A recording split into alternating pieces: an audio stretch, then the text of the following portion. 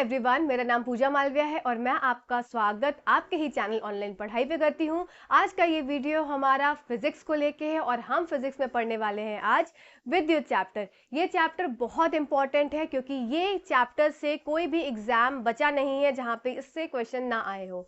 तो आप इस वीडियो को पूरा देखिएगा, हम कंसेप्ट करने वाले हैं और उसके बाद इससे रिलेटेड जो क्वेश्चंस आते हैं एग्जाम्स में उसको भी सॉल्व करेंगे।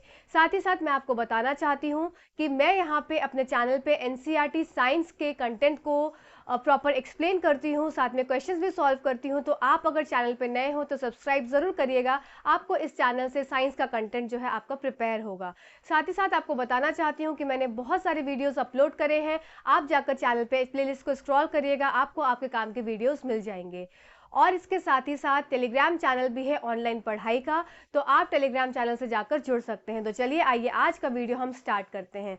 सबसे पहली बात है कि इलेक्ट्रिक करंट, हम बात कर रहे हैं इलेक्ट्रिसिटी की। चैप्टर हमारा इलेक्ट्रिसिटी है कि मतलब घर में हम सुनते हैं कि लाइट आई, इलेक्ट्रिसिटी चली गई, तो ये आखिर ये सब चीज़ें क्या है। तो उसको जानने से पहले हमें जानना होगा कि इलेक्ट्रिक करंट आखिर क्या चीज़ है, मतलब विद्युत धारा क्या है। तो इलेक्ट्रिक करंट क्या है, जो हमारे घर में जो करंट आ रहा है वो क्या है, एक तरह से rate of flow of electric charge. Electric current को अगर कोई बोले डिफाइन करने को तो it is just a rate of flow of electric charge. मतलब अगर मैं बात करूं कि यहाँ पे ये स्विच लगा है, एक पॉइंट लगा है, इस स्विच को अगर मैं ऑन ऑफ कर रही हूँ और इस ऑन ऑफ करने से क्या है, इलेक्ट्रिसिटी फ्लो हो रही है। तो इसका मतलब क्या फ्लो हो रहा है उसके अंदर, उसके अंदर फ्लो हो रहा है क्या, इलेक्ट्रिक चार्ज। अब ये इलेक्ट्रिक चार्ज क्या पूरे घर में फ्लो होने लगेगा, तो ऐसी बात नहीं है कि अगर मैंने अपने रूम के एक पर्टिकुलर रूम की बात कर रही हूँ, उस पर्टिकुलर रूम की अगर ट्यूबलाइट ऑन करी तो क्या होगा, पूरे घर की ट्यूबलाइट्स ऑन हो जाएंगी? नहीं, उसमें क्या होगा कि सिर्फ उसी रूम की एक पर्टिकुलर ट्यूबलाइट जो है वो ऑन होगी। तो इसका मतलब अगर मैं बात करूं कि इलेक्ट्रिक करंट की, तो it is the rate of flow of electric charge in a particular area. एक पर्टिकुलर एरिया में ये फ्लो ऑफ इलेक्ट्रिक चार्ज जो है वो होता है और एक यूनिट टाइम में। इसको बात किया गया कि rate of flow of electric charge through a particular area in a unit time. ठीक है, यूनिट टाइम मतलब एक यूनिट टाइम में। अब यूनिट टाइम की बात आई तो इसका फॉर्मूला हो जाएगा I is equals to Q upon T, जिसमें I क्या है, I है आपका करंट और Q क्या है, Q है आपका इलेक्ट्रिक चार्ज और T क्या है, T है यहाँ पे टाइम। तो ये फॉर्मूला जो है इंपॉर्टेंट हो जाता है, जो कि इलेक्ट्रिक चार्ज के लिए और करंट से रिलेटेड फॉर्मूला है। अब बात आती है कि इसकी SI यूनिट क्या है। SI यूनिट होती है इसकी इलेक्ट्रिक चार्ज की कूलम। साथ ही साथ एक इसमें पॉइंट आपका छूट गया है कि rate of flow of electric charge जो मैंने बताया, तो इसका मतलब जो चार्ज फ्लो हो रहा है तो और भी कुछ चीज तो फ्लो हो रही होगी। तो मैं अगर इसको सिंपल लैंग्वेज में बोलूं तो it is just a flow of electrons. अगर इलेक्ट्रिक चार्ज फ्लो हो रहा है तो इसका ये मतलब है कि उसमें क्या फ्लो हो रहे हैं, उसमें इलेक्ट्रॉन्स फ्लो हो रहे हैं। अब एग्जाम में एक क्वेश्चन आता है कि जो rate of flow of electric charge है और इलेक्ट्रॉन्स का फ्लो है, इसकी डायरेक्शन पूछते हैं। तो आपको याद ये रखना है कि अगर इलेक्ट्रिक चार्ज हमारा इस डायरेक्शन में फ्लो हो रहा है तो इलेक्ट्रॉन्स का मूवमेंट या इलेक्ट्रॉन्स का जो फ्लो होगा वो उसके जस्ट ऑपोजिट हो जाएगा। ठीक है, चलिए आगे चलते हैं। अब बात करते हैं इलेक्ट्रिक करंट की। तो इलेक्ट्रिक करंट की जो SI यूनिट हो जाती है वो हो जाती है एम्पियर। क्लियर। अब बात आती है कि अमीटर, ये अमीटर क्या है। तो अमीटर एक ऐसा इंस्ट्रूमेंट होता है जो कि इलेक्ट्रिक करंट को मेजर करता है। तो ये मेजर किसको करता है, it is a instrument that is used to measure electric current. ये किसको मेजर करता है, ये इलेक्ट्रिक करंट को मेजर करता है। अब किसी भी सर्किट में अगर मेरे पास एक सर्किट है जिसमें कि एक बल्ब लगा हुआ है यहाँ पे और इसके साथ ही साथ अमीटर भी लगा हुआ है, तो मैंने यहाँ पे ये अमीटर को कनेक्ट कर दिया और एक ये बैटरी लगा दी। बैटरी का ये पॉजिटिव टर्मिनल है और ये नेगेटिव टर्मिनल है। अब यहाँ पे क्या है, ये एक बल्ब लगा दिया और ये बल्ब क्या करेगा, ग्लो करेगा। कब करेगा ग्लो, जब ये यहाँ पे जो इसकी की है या इसका जो पॉइंट है ये बंद है, मतलब सर्किट कैसा है, क्लोज है, तभी क्या होगा, ये इलेक्ट्रिसिटी यहाँ पे फ्लो करेगी और बल्ब जो है वो ग्लो करेगा। ठीक है, दमकता जाएगा, चमकता जाएगा। अब बात आती है कि अमीटर। अमीटर मैंने क्या बताया कि ये एक ऐसी इंस्ट्रूमेंट है जो कि करंट को, कितना करंट फ्लो हो रहा है इसको ये डिटरमाइन करता है, पहली चीज। दूसरी चीज, इस अमीटर का काम क्या होता है, ये अमीटर इलेक्ट्रिक करंट तो बताता ही बताता है, साथ ही साथ ये प्रेजेंट होता है सीरीज में। तो एग्जाम का एक और फेवरेट क्वेश्चन है कि अमीटर जो है सर्किट में किस फॉर्म में लगा होता है, क्या ये सीरीज में होता है कि पैरेलल होता है, तो आप बताएंगे कि ये सीरीज में प्रेजेंट होता है। अब बात आती है कि अमीटर ने इलेक्ट्रिक करंट को मापा कि कितना फ्लो हो रहा है इलेक्ट्रिक करंट, और साथ ही साथ ये हमारा प्रेजेंट होता है सीरीज में। क्लियर। अब बात आती है नेक्स्ट हमारा पोटेंशियल डिफरेंस की। अब पोटेंशियल डिफरेंस क्या है, तो अगर पोटेंशियल डिफरेंस नहीं होगा, मतलब विभवांतर अगर नहीं होगा, हिंदी के टर्म्स है, मैं लिख दे रही हूं, आप इसको समझ लेंगे। अगर पोटेंशियल डिफरेंस नहीं होगा किसी भी सर्किट में, तो उसमें जो चार्ज का फ्लो है वो नहीं हो पाएगा। अब इसको हम बहुत अच्छे से एक लेमैन लैंग्वेज में समझते हैं कि अगर एक मेरे पास दो टैंक हैं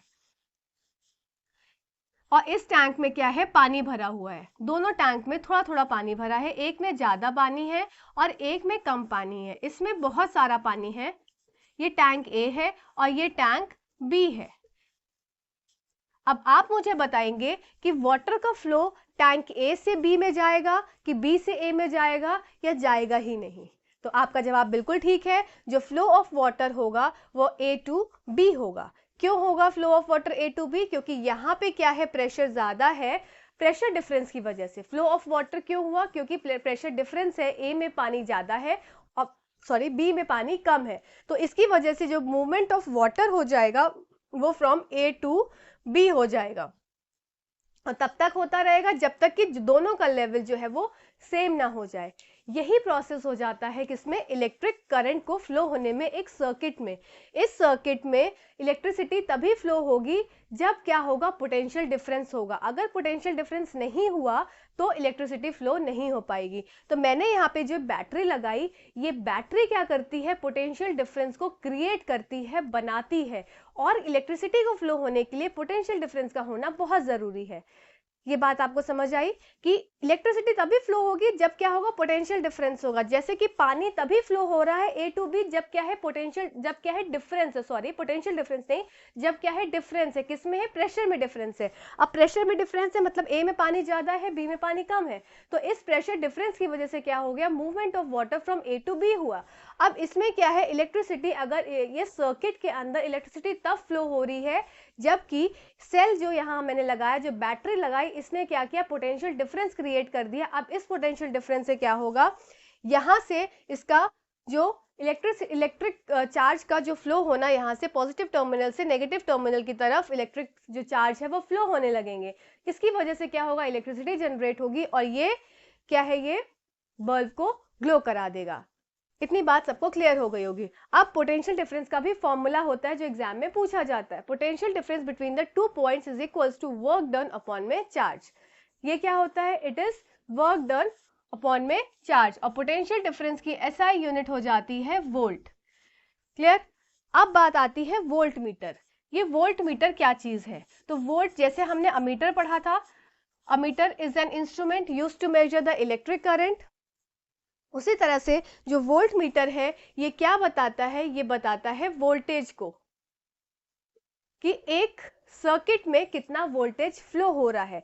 साथ ही साथ दूसरा पॉइंट क्या हमें इसमें पढ़ना है कि जो वोल्ट मीटर है ये हमेशा पैरेलल कनेक्ट होता है। ठीक है, तो वोल्ट मीटर क्या है, पहली चीज तो वोल्टेज बताता है, और ये कनेक्शन इसका कैसे हो जाता है, पैरेलल। अब अगर मैं सेम इसी सर्किट को बनाती हूं, तो मैंने क्या बनाया, एक ऐसा सर्किट बनाया, ऊपर से बल्ब लगा दिया और यहाँ पे अमीटर लगा दिया, अमीटर सीरीज में लगा। ठीक है, अब यहाँ पे एक बैटरी लगाई है, अब बैटरी में एक की लगाया है, तो मैंने तो सर्किट कंप्लीट कर दिया। अब मैं वोल्ट मीटर तो मैंने लगाया ही नहीं, मैं तो भूल गई, तो इसका जवाब हो जाएगा नहीं, क्योंकि वोल्ट मीटर क्या हो जाएगा, वोल्ट मीटर इसके यहाँ पे पैरेलल लग जाता है। ये हो गया वोल्ट मीटर। ठीक, तो वोल्ट मीटर हमेशा क्या है, वो पैरेलल जो है वो लगता है। ठीक है, चलिए अब हम इसके बाद बात करते हैं वोल्टेज करंट। इसका एक रिलेशन होता है, जिसका रिलेशन कौन बताता है, बताते हैं ओम्स बाबा। तो ओम्स बाबा के बारे में अब पढ़ते हैं, ओम्स लॉ के द्वारा, जो कि ये बताता है कि जितना वोल्टेज होगा सर्किट में उतना ही इलेक्ट्रिक करंट फ्लो होगा। दैट मीन्स वोल्टेज जो है वो डायरेक्टली प्रोपोर्शनल हो जाएगा किसके, करंट के। V is proportional to I। ये क्या बताता है, ये ओम्स लॉ बताता है। उनका एक ग्राफ भी है ओम्स लॉ का, ये ग्राफ हमेशा स्ट्रेट लाइन आता है, और ये जो स्लोप है ये बताता है किसका, रेजिस्टेंस बताता है। ये V है और ये I है, तो जितना V होगा उतना ही I होगा, मतलब जितना वोल्टेज होगा उतना ही करंट हो जाएगा। तो V is proportional to I। आइए अब इसका हम डेरिवेशन क्या बताता है, ये एक रिश्ता है किसके किसके बीच में, वोल्टेज और करंट के बीच का एक रिलेशन है, एक रिश्ता है। तो आइए देख लेते हैं क्या रिश्ता है। अगर करंट बढ़ रहा है, ठीक है, अब जितना वोल्टेज बढ़ेगा उतना ही करंट क्या है, फ्लो करेगा। वोल्टेज के ऊपर डिपेंड कर रहा है क्या, करंट। जितना ज़्यादा वोल्टेज उतना ज़्यादा करंट। तो क्या मतलब हुआ, जो मैंने अभी पहले बताया कि V is directly proportional to I। अब इसकी डेफिनेशन देख लेते हैं एक बार, कि electric current flowing through a metallic wire is directly proportional to potential difference, जो कि क्या है, voltage across its ends provided its temperature remains constant। तो ये जो यहाँ पे वर्ड है its temperature remains constant, ये आपको स्टेटमेंट के फॉर्म में पूछ लिया जाता है कि इसमें क्या है, टेम्परेचर अलग होना चाहिए, कम होना चाहिए, कि घटना चाहिए, कि बढ़ना चाहिए, कि कांस्टेंट रहना चाहिए। तो हमेशा ओम्स लॉ के नियम के हिसाब से जो टेम्परेचर है वो हमेशा कांस्टेंट रहना चाहिए, मतलब एक सा रहना चाहिए। अब बात आती है कि इसके डेरिवेशन की। तो V is proportional to I। V जितना ज़्यादा V बढ़ेगा उतना ज़्यादा इलेक्ट्रिक करंट फ्लो करेगा। ठीक, V is proportional to I। तो V इज इक्वल्स टू, अगर मैं प्रोपोर्शनैलिटी का साइन हटाती हूँ तो इसकी जगह इक्वल्स टू लगाया, और क्या साथ में ऐड कर दिया, एक कांस्टेंट टर्म ऐड कर दिया R। तो R क्या है, एक कांस्टेंट है, और R क्या है, ये रेजिस्टेंस है। R is resistance. ठीक है, तो V is equals to IR।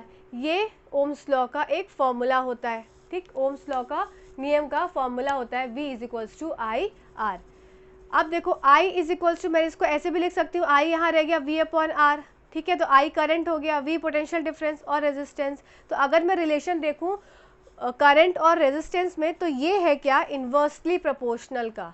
Inversely proportional का मतलब होता है कि अगर एक चीज़ बढ़ रही है तो दूसरी चीज़ घटेगी उस रिलेशन में। यहाँ पे अगर करंट बढ़ रहा है तो इसका मतलब रेजिस्टेंस जो है वो कम है, रेजिस्टेंस कम है, इसलिए करंट ज़्यादा अच्छे से तेज़ी से फ्लो कर पा रहा है। अगर रेजिस्टेंस ज़्यादा है तो करंट क्या हो जाएगा, कम हो जाएगा, कम फ्लो करेगा।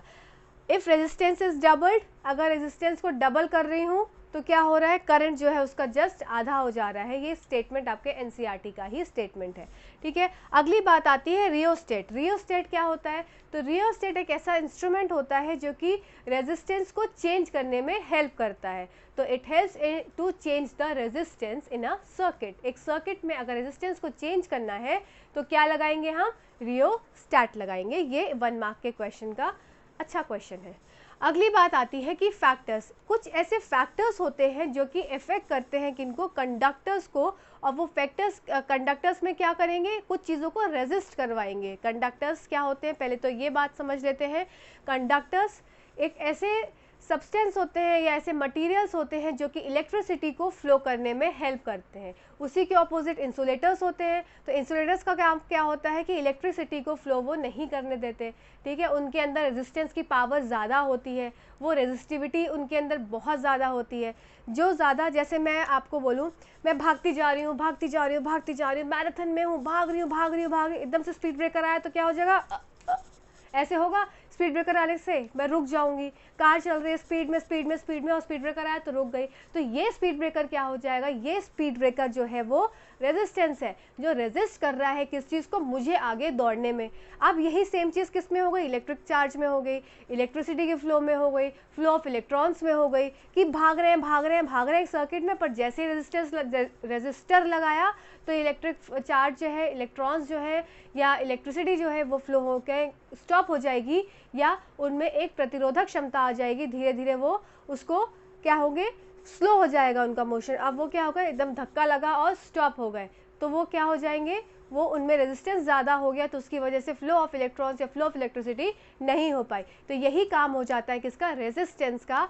रेजिस्टिविटी को आगे ज़्यादा बढ़ा देते हैं, उसकी वजह से क्या होता है, फ्लो ऑफ चार्ज नहीं हो पाता है। अब बात करते हैं कि जो फैक्टर्स हैं जो किसको इफेक्ट कर रहे हैं, resistance of a conductor depends. अब कुछ ऐसे फैक्टर्स हैं जिनके ऊपर कंडक्टर्स के रेजिस्टेंस जो है वो डिपेंड करती है। तो वो कौन कौन से फैक्टर्स हैं, एक कंडक्टर है, एक अच्छा खासा सीधा साधा कंडक्टर है, मतलब एक प्रॉपर एक सर्किट है, ठीक, उसमें क्या है, इलेक्ट्रॉन्स का फ्लो ऑफ चार्ज इजीली हो पा रहा है। अब उस फ्लो ऑफ चार्ज में अगर मैं आपको यहाँ पे आपको दिखाऊं, एक सर्किट बना के वापस से, एक मेरे पास ये बल्ब लगा हुआ है, ठीक है, और इस बल्ब में सब चीज़ें मैंने लगा दी हैं, पॉजिटिव नेगेटिव, ये ग्लो कर रहा है, ठीक है। अब मैंने बताया कि लेंथ ऑफ द वायर, अगर वायर का लेंथ, वायर के लेंथ को मैं बड़ा कर दूं, दो कंडीशन है, अगर लेंथ ऑफ अ वायर उतना ही है, ठीक है, अगर लेंथ ऑफ द वायर, इससे अच्छे से आप ऐसे समझ पाएंगे कि अगर ये मेरे पास एक वायर है, ठीक है, अगर इस वायर की लेंथ को मैं बड़ा कर दूं, तब क्या फ़र्क हो जाएगा, मतलब तब रेजिस्टेंस पे, तब उस कंडक्टर पे क्या फ़र्क पड़ेगा, उस सर्किट में क्या फ़र्क पड़ेगा। तब देखो यहाँ पे क्या है, एक वायर है तो उसके अंदर इसके एटम्स भी प्रेजेंट होंगे, ठीक है, मान लो कॉपर का वायर है, तो कॉपर के वायर के अंदर किसके आपको एटम्स मिलेंगे, कॉपर के एटम्स मिलेंगे, ठीक, बहुत सारे एटम्स होंगे। अब इसके बीच पे इनको क्रॉस करते हुए क्या होगा, इलेक्ट्रॉन्स का फ्लो होगा, मतलब इधर से उधर इलेक्ट्रॉन्स का मूवमेंट होगा। पर अगर मैंने इसके जो इसका जो ये लेंथ है इसको बढ़ा दिया, तब क्या हो जाएगा, अब इनको ज़्यादा इलेक्ट्रॉन्स को पार करना पड़ेगा, जो लेंथ बढ़ गया तो उसकी वजह से क्या हो गया, लेंथ के बढ़ने की वजह से रेजिस्टेंस है वो भी बढ़ गया, मतलब resistance is directly proportional to length. अगर लेंथ बढ़ाते जाएंगे, आप सिंपल एक देखो कि आपको एक रास्ते में जाना है जहाँ पे बहुत भीड़ है, आप किसी तरह से उसमें रास्ता निकालते हुए अपना जाते चले जा रहे हो, पर क्या हुआ, आपका रास्ता वो और लंबा हो गया, तब क्या हो, इसका मतलब रास्ता लंबा हो गया तो ऐसा तो है नहीं कि रेजिस्टेंस कम हो गया होगा, लोग तो उतने ही है ना, तो आपको और मेहनत कर करके जाना पड़ेगा। तो इसका मतलब ये हुआ कि लेंथ बढ़ाने से रेजिस्टेंस जो है वो क्या है, और बढ़ रही है, ठीक। नेक्स्ट बात आती है क्रॉस सेक्शनल एरिया। अब मैंने क्या किया कि पहले जो था वायर, ये इसका क्रॉस सेक्शन एरिया इतना ही था, अब मैंने क्या किया, इसके क्रॉस सेक्शन एरिया को थोड़ा सा बढ़ा दिया, थोड़ा सा मोटा कर दिया, तब एटम्स क्या होंगे, अब थोड़े दूर दूर हो जाएंगे, तब यहाँ पे क्या हो जाएगा, ये इलेक्ट्रॉन्स जो है इजीली मूव कर जाएंगे। तो इसका मतलब रेजिस्टेंस इन्वर्सली प्रोपोर्शनल है किसके, क्रॉस सेक्शनल एरिया से। अगर एरिया बढ़ रहा है तो रेजिस्टेंस जो है वो क्या हो जाएगा, इसका ऑपोजिट हो जाएगा, अगर ये बढ़ा तो ये घटा, ठीक है, अगर क्रॉस सेक्शनल एरिया बढ़ा तो रेजिस्टेंस घट जाएगा, अगर रेजिस्टेंस बढ़ रहा है तो क्रॉस सेक्शनल एरिया कम हो जाएगा, इसका ऑपोजिट बात हो जाती है, ठीक है। अब बात आती है इन दोनों को अगर मैं एक साथ लिखूं यहाँ पे, तो ये क्या हो जाएगा, R is proportional to L over A, मतलब R रेजिस्टेंस जो है डायरेक्टली प्रोपोर्शनल है किसके, लेंथ के, और इन्वर्सली प्रोपोर्शनल है किसके, क्रॉस सेक्शनल एरिया के। तो अगर मैं इसको ये प्रोपोर्शनैलिटी का साइन हटा दूंगी तो क्या ऐड कर दूंगी, इसकी जगह रो ऐड कर दूंगी, and rho is again here a constant term, और ये कांस्टेंट टर्म है, तो ये किसको डिटरमाइन करती है, बताती है रेजिस्टिविटी को। रेजिस्टिविटी इन अ सर्किट, एक किसी भी सर्किट में या एक किसी भी कंडक्टर में क्या रेजिस्टिविटी है, तो वो कौन डिटरमाइन कर रही है, वो रो बता रही है, तो रो इज अ रेजिस्टिविटी, ठीक है। और इसका जो एसआई यूनिट हो जाती है रेजिस्टिविटी की, ये बहुत बार एग्जाम से पूछी गई है, इसकी एसआई यूनिट हो जाती है ओम्स मीटर। तो अभी तक हमने क्या क्या पढ़ा, हमने पढ़ा कि इलेक्ट्रिक करंट क्या होता है, इलेक्ट्रिक करंट, इस फटाफट से रिकैप कर लेते हैं। Electric current is a flow of electric charge, और वो एक पर यूनिट टाइम, मतलब एक यूनिट टाइम में कितना फ्लो ऑफ इलेक्ट्रिक चार्ज हो रहा है। इलेक्ट्रिक चार्ज, इसका ये मतलब था कि फ्लो ऑफ इलेक्ट्रॉन्स देख रहे थे, अब जिस डायरेक्शन में इलेक्ट्रिक चार्ज फ्लो हो रहा होगा उसके जस्ट अपोजिट इलेक्ट्रॉन्स का फ्लो हो रहा होगा, फिर हमने पढ़ा कि अमीटर क्या होता है। अमीटर एक ऐसा इंस्ट्रूमेंट होता है जो कि किसको डिटरमाइन करता है, जो इलेक्ट्रिक करंट को मापता है कि कितना इलेक्ट्रिक करंट फ्लो हो रहा है। अमीटर हमेशा सीरीज में प्रेजेंट होता है। वोल्ट मीटर हमेशा पैरेलल में लगा होता है। वोल्ट मीटर हेल्प करता है वोल्टेज को डिटरमाइन करने में, वोल्टेज को देखने में कितना वोल्टेज फ्लो हो रहा है एक सर्किट के अंदर। फिर हमने देखा पोटेंशियल डिफरेंस क्या होता है। किसी भी सर्किट में इलेक्ट्रिसिटी तभी फ्लो होगी जब उसमें पोटेंशियल डिफरेंस होगा। पोटेंशियल डिफरेंस में हाई पोटेंशियल से लो पोटेंशियल की तरफ इलेक्ट्रिसिटी हमेशा फ्लो होगी। ठीक, ये सब हमने पढ़ा। साथ ही साथ हमने क्या पढ़ा, इसके बाद हमने पढ़ा था ओम्स लॉ। ओम्स लॉ क्या बताता है? ओम्स लॉ बताता है कि V और I के बीच में क्या रिलेशन है। तो V और I के बीच में डायरेक्टली प्रोपोर्शनैलिटी का रिलेशन है। अगर वोल्टेज बढ़ेगा तभी करंट भी बढ़ेगा, जितना ज़्यादा वोल्टेज उतना ज़्यादा current. V is directly proportional to I। इससे हमने डेरिवेशन निकाला V equals to IR। R जो है हमारा कांस्टेंट टर्म है, रेजिस्टेंस है। रेजिस्टेंस मतलब एक ऐसी चीज़ जो कि रोक रही है किसमें, करंट को फ्लो होने में, दैट इज रेजिस्टेंस। और रेजिस्टेंस कैसे नापा जा रहा है? रेजिस्टिविटी के, मतलब एक तरह का वो है, रोक रहा है। तो रेजिस्टिविटी क्या हो गई?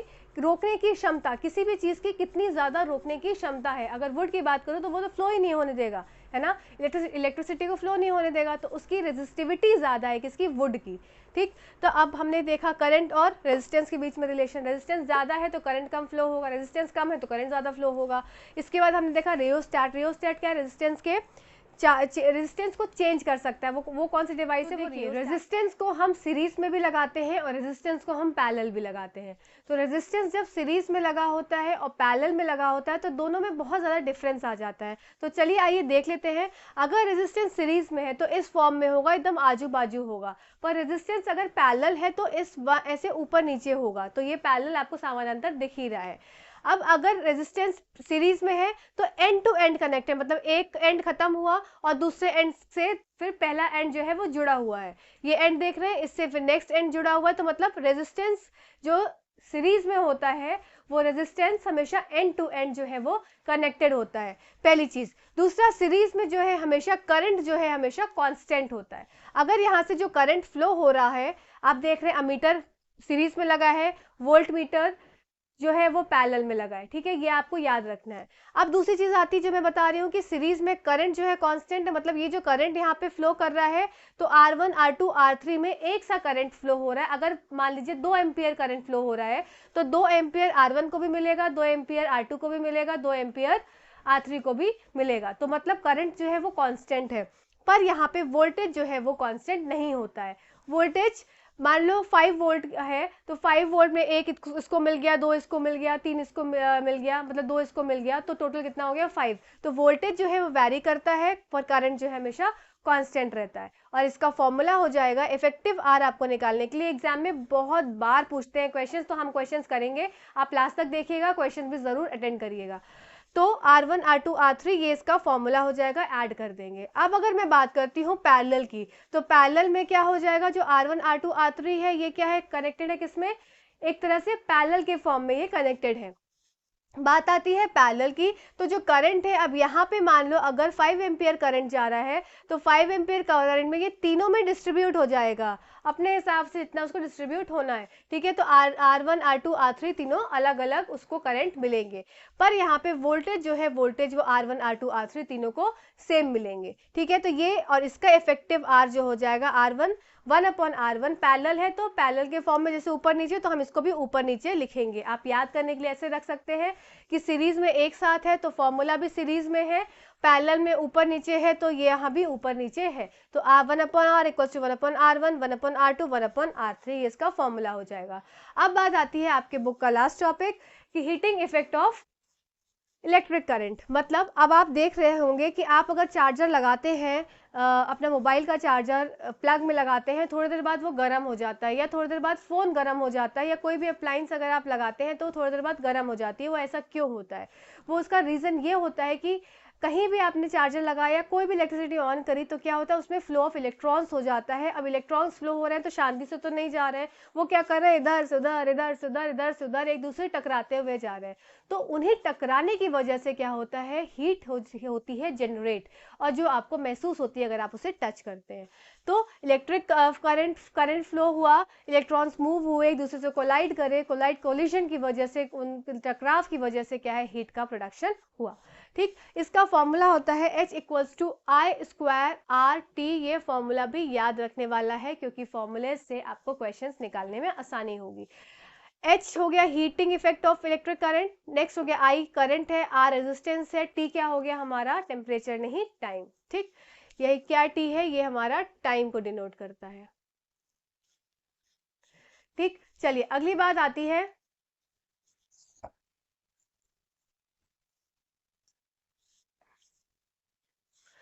अगली बात आती है इसकी एसआई यूनिट। तो एसआई यूनिट क्या हो जाएगी, इसकी जूल हो जाएगी। ठीक, नेक्स्ट बात आती है एप्लीकेशन। आपको एप्लीकेशन पढ़ने हैं, तो heating effect of electric current के लिए के एप्लीकेशंस हैं कुछ कुछ। आपने इलेक्ट्रिक आयरन देखा होगा, हीटर देखा होगा, उसमें तरह तरह के फिलामेंट्स लगे होते हैं, वो जलते नहीं हैं, वो बर्स्ट नहीं हो जाते। क्यों? क्योंकि उसको ऐसा ही उसमें मटेरियल यूज किया जाता है जिससे कि वो ऐसी परिस्थिति ना आए। फॉर एग्जाम्पल बल्ब में कौन सा फिलामेंट यूज होता है, टंगस्टन, सबको पता है।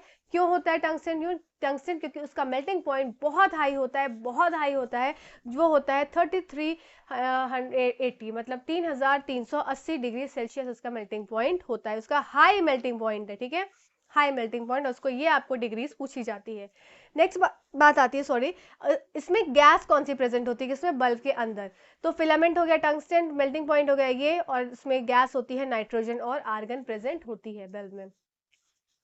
नेक्स्ट बात ये है फ्यूज। आपने देखा होगा घर में हर जगह, हर अप्लाइंसेस के आगे फ्यूज लगे होते हैं। वो क्यों होते हैं? क्योंकि हमारे अप्लाइंस ना खराब हो जाए। अगर मान लो एकदम से हाई वोल्टेज आ गया तो अप्लाइंस क्या है, फूक जाएगी। इसलिए आपने हर जगह देखा होगा एमसीबी लगी हुई, फ्यूज लगे हुए। उनका काम क्या होता है, क्योंकि उनका होता है लो मेल्टिंग पॉइंट। अगर आपके इलेक्ट्रिसिटी, इलेक्ट्रिक करंट, वोल्टेज आ रहा है तो फ्यूज को कोई इफेक्ट नहीं पड़ेगा। पर एकदम से अगर ज्यादा वोल्टेज आ गया तो फ्यूज का क्या है, मेल्टिंग पॉइंट बहुत कम है, तो जैसे ही थोड़ा सा ज्यादा बढ़ेगा फ्यूज टूट जाएगा और इलेक्ट्रिसिटी जो होगी वो डिसकंटिन्यू हो जाएगी और आपके अप्लायंस जो है वो सेफ हो जाएंगे। ठीक है, तो ये भी एक इसका एप्लीकेशन हो गया, किसका, heating effect of electric current का। अब बात आती है लास्ट टॉपिक आपका, इलेक्ट्रिक पावर। इससे क्वेश्चन आता ही आता है, हर बार आता है, मैंने भी बहुत सारे एग्जाम्स में देखा है ये क्वेश्चन। तो आपको देखना है कि सबसे पहली बात है इलेक्ट्रिक पावर क्या होती है। तो आपने देखा होगा कि घर में इलेक्ट्रिसिटी का बिल आता है, तो एक महीने में आपने कितनी इलेक्ट्रिसिटी यूज करी, उसी का रेट को निकालने के लिए इलेक्ट्रिक पावर का यूज किया जाता है। तो it is the rate of consumption of energy और rate at which electric energy is consume, मतलब कितना आपने इलेक्ट्रिसिटी यूज किया, इलेक्ट्रिक एनर्जी यूज करी, वो क्या हो जाती है, इलेक्ट्रिक पावर हो जाती है। इसका फॉर्मूला हो जाता है VP is equals to VI। अब V क्या था, V हमारा था V इक्वल्स टू IR, हमने ओम्स लॉ में पढ़ा था, तो हमने यहाँ पे पुट कर दिया, V की जगह IR पुट कर दिया, तो क्या हो जाएगा, P इक्वल्स टू I²R। अब आपको एक फॉर्मूला याद रखना है, इससे डिराइव करके आपको दूसरे फॉर्मूलेज भी याद रखने हैं दिमाग में, क्योंकि क्या पता कौन सा क्या टर्म आ जाए, कौन सा दिया हो, गिवन हो आपको। जैसे मान लो इसमें अगर R दिया है और P दिया है, आपसे I पूछ रहा है तो आप इस वाले फॉर्मूले को लगाएंगे। अगर V दिया है, P दिया है, I पूछ रहा है तो आप इस फॉर्मूले को लगाएंगे। तो आप अपने हिसाब से फॉर्मूले को देख लेंगे कौन सा गिवन है स्टेटमेंट में, उस हिसाब से आप फॉर्मूले को यूज करेंगे। दूसरी बात आती है कि एक हॉर्स पावर में कितने वॉट होते हैं। तो एक हॉर्स पावर में 746 वॉट होते हैं। ये भी एग्जाम्स में बहुत रिपीटेड क्वेश्चन है। नेक्स्ट बात आती है कमर्शियल यूनिट ऑफ इलेक्ट्रिक जो एनर्जी होती है वो किलोवाट आवर होती है। बात आती है 1 किलोवाट आवर में कितने जूल होते हैं। तो 1 किलोवाट आवर में 3.6 × 10⁶ जूल होते हैं। यहाँ पे आपका चैप्टर खत्म होता है। अब चलिए आइए इसके न्यूमेरिकल्स देख लेते हैं और किस तरह के क्वेश्चंस एग्जाम में पूछे जाते हैं वो भी। तो चलिए अब इसके एमसीक्यूज कर लेते हैं इलेक्ट्रिसिटी के। ये प्रीवियस ईयर बेस्ड हैं, तो आपको हेल्प मिलेगी और ये पता चलेगा किस तरह के क्वेश्चंस जो है एग्जाम्स में पूछे जाते हैं। तो सबसे पहले क्वेश्चन की तरफ चलते हैं। What is being measured using the volt meter. Volt meter का उपयोग करके क्या मापा जाता है। तो वोल्ट मीटर का हमने पढ़ा था कि हम उपयोग करते हैं और उसको यूज़ करते हैं किसको नापने में, वोल्टेज को मापने में मदद मिलती है वोल्ट मीटर से। पर इसमें देखिए आपको सेकंड और थर्ड ऑप्शन में आप कंफ्यूज होंगे। पहला क्या है कि वोल्टेज इन द सर्किट, क्या ये वोल्ट मीटर वोल्टेज एक सर्किट में बताता है या वोल्टेज अक्रॉस द रजिस्टर। तो हमेशा जो वोल्ट मीटर है वो जो है रजिस्टर के अक्रॉस लगा होता है। आपने देखा भी होगा जो मैंने इमेज ड्रॉ करी थी तो उसमें अक्रॉस द रजिस्टर लगा है। तो आप इसका उत्तर जो है वो ऑप्शन नंबर 3 को जो मानेंगे। चलिए अगले क्वेश्चन की तरफ चलते हैं। 4 resistance 2 ohm, 4 ohm, 5 ohm, 20 ohm are connected in parallel. अब हमने क्या किया, 4 रेजिस्टेंस को लिया, जो क्या क्या हमारे रेजिस्टेंस है, मतलब हमको R1 की वैल्यू, R2 की वैल्यू, R3 की वैल्यू और R4 की वैल्यू जो है वो गिवन है। क्या क्या गिवन है, पहली 2 ओम, दूसरी 4 ओम, तीसरी 5 ओम, चौथी 20 ओम। ये हमको वैल्यूज जो है वो गिवन है। अब बात आती है, अब ये कैसे कनेक्टेड है रेजिस्टेंस, ये कनेक्टेड है पैरेलल में। अब इनका हमको बताना है कि कंबाइंड रेजिस्टेंस क्या होगा। तो फॉर्मूला मैंने बताया था कि पैरेलल में कैसे होता है। अगर मैं एक सर्किट को ड्रॉ करूं तो पैरेलल में इस तरीके से रेजिस्टेंस जो है वो रेजिस्टर्स लगे होते हैं और यहाँ पे अगर लगा है अमीटर और यहाँ पे क्या हो जाएगा, यहाँ पे लगा होगा वोल्ट मीटर।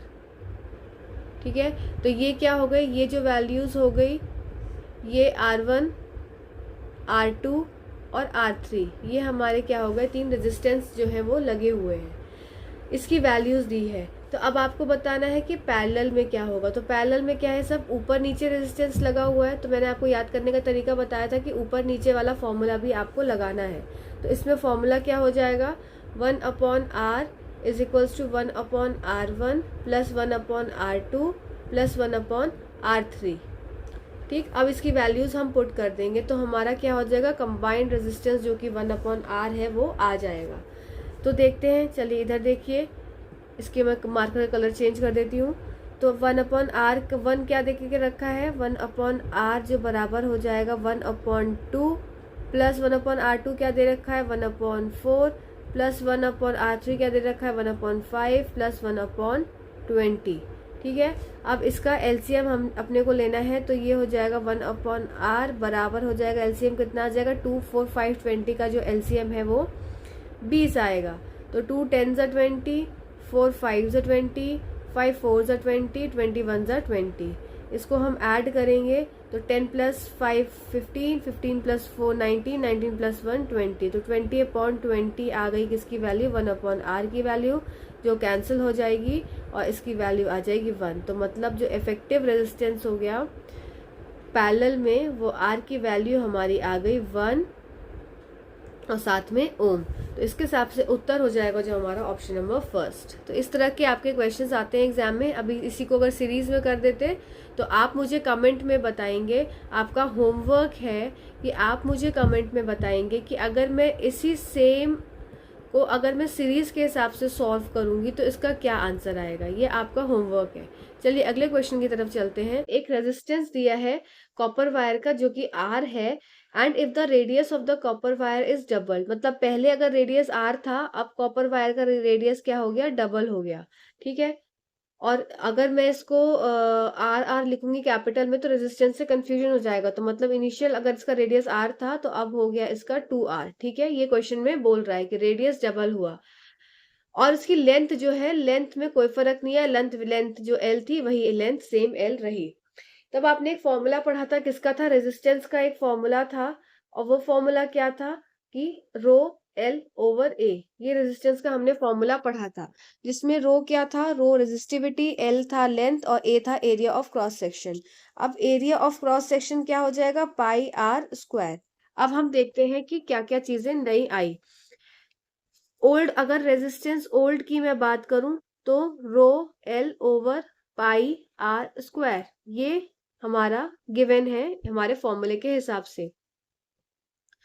पर अगर मैं इसमें रेजिस्टेंस न्यू लिखती हूं तो क्या हो जाएगा, रो L अपॉन पाई, अभी R क्या हो गया यहाँ से 2R, तो मैं यहाँ पे इसकी वैल्यू लिख दूंगी 2R का होल स्क्वायर।